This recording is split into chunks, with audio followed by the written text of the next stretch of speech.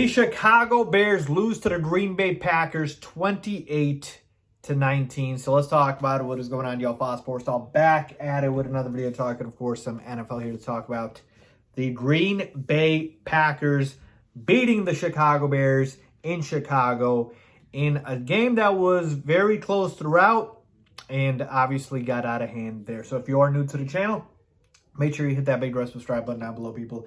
Bears coverage all season long. You don't want to miss out. All right, so with that being said, I got a lot to get to. Let's get into it.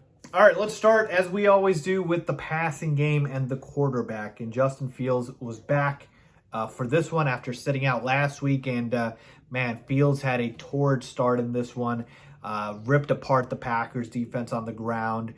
6 rushes for 71 yards. Had a long rushing touchdown, and it was Justin Fields at his absolute best, looked 100%. And, I was jumping out of my seat, as I'm sure a lot of Bears fans were watching the QB1 for the Bears.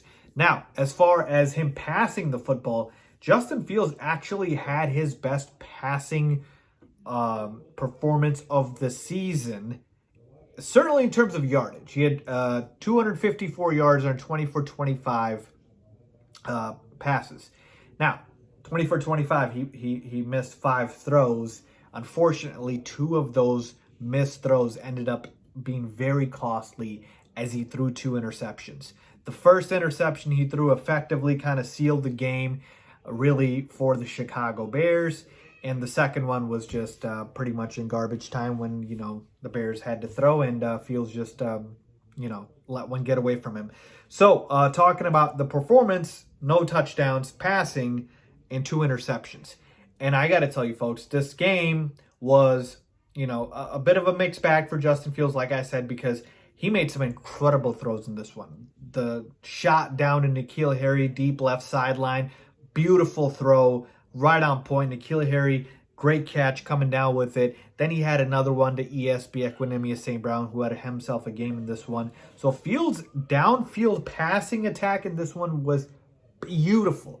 Beautiful, all right? He was fantastic. I think it was his best passing performance of the season, all right? I know he had 2 interceptions. I will get to those in more detail. But the passing performance was still very encouraging. This is a guy who had not thrown for over 200 yards, much if at all, this season, and today he had 254.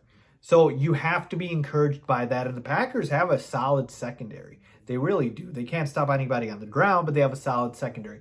So I think Justin Fields, even though he had those back-breaking interceptions, still had a solid passing game, and on the rush, on the ground, obviously he did what Justin Fields does. Now let's talk about those 2 interceptions. The first one, when I think he was going for, I forget what receiver, maybe ESB, but Jair Alexander just read that. He just read that. He knew where Justin was trying to go. He was trying to fit into a tight pocket, and Fields throws a very tight ball, man, but that one was on Justin, but that was also Jair Alexander just being Jair Alexander. He's a special player in making that play. So fantastic play by him, and I know Justin wants that one back. Absolutely, he's going to be looking at that all week on film, trying to see what he can do to avoid that ever happening again. And then the second interception, folks, again, at the end, we're playing from behind. He just had to throw that one and, forced it, and that one got picked off. So overall, I still think Justin Fields had a decent game. The picks were really bad, but he still had an overall solid game. I will take it. I will take it. More good than bad is what I'm trying to tell you with Justin Fields. And yeah, I'll take it. So let's move on here. The rushing attack for the Chicago Bears was fine. The offense overall was solid, passing and rushing. Monty looked decent. And then Cole Kmet in the passing game. Chase Claypool got a little bit more involved. I think Kmet had 72 yards on 5 catches. Claypool obviously had that catch and fumble. And I thought he was down, but you never want that. But I think the guys in the offense, especially the receivers, are getting more and more rhythm with Fields. ESB had a great game. Want to shout him out, N'Keal Harry with that catch. So the passing attack opened up. That's what you really like to see.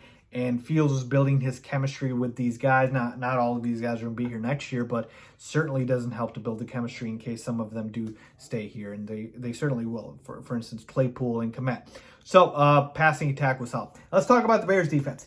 The Bears defense was very solid early on in this one. We're talking about a defense that was ravaged with injuries. We barely had any of our starting secondary, didn't have any of our main guys out there, and they were able to hold the Packers to field goals or downright just stop them.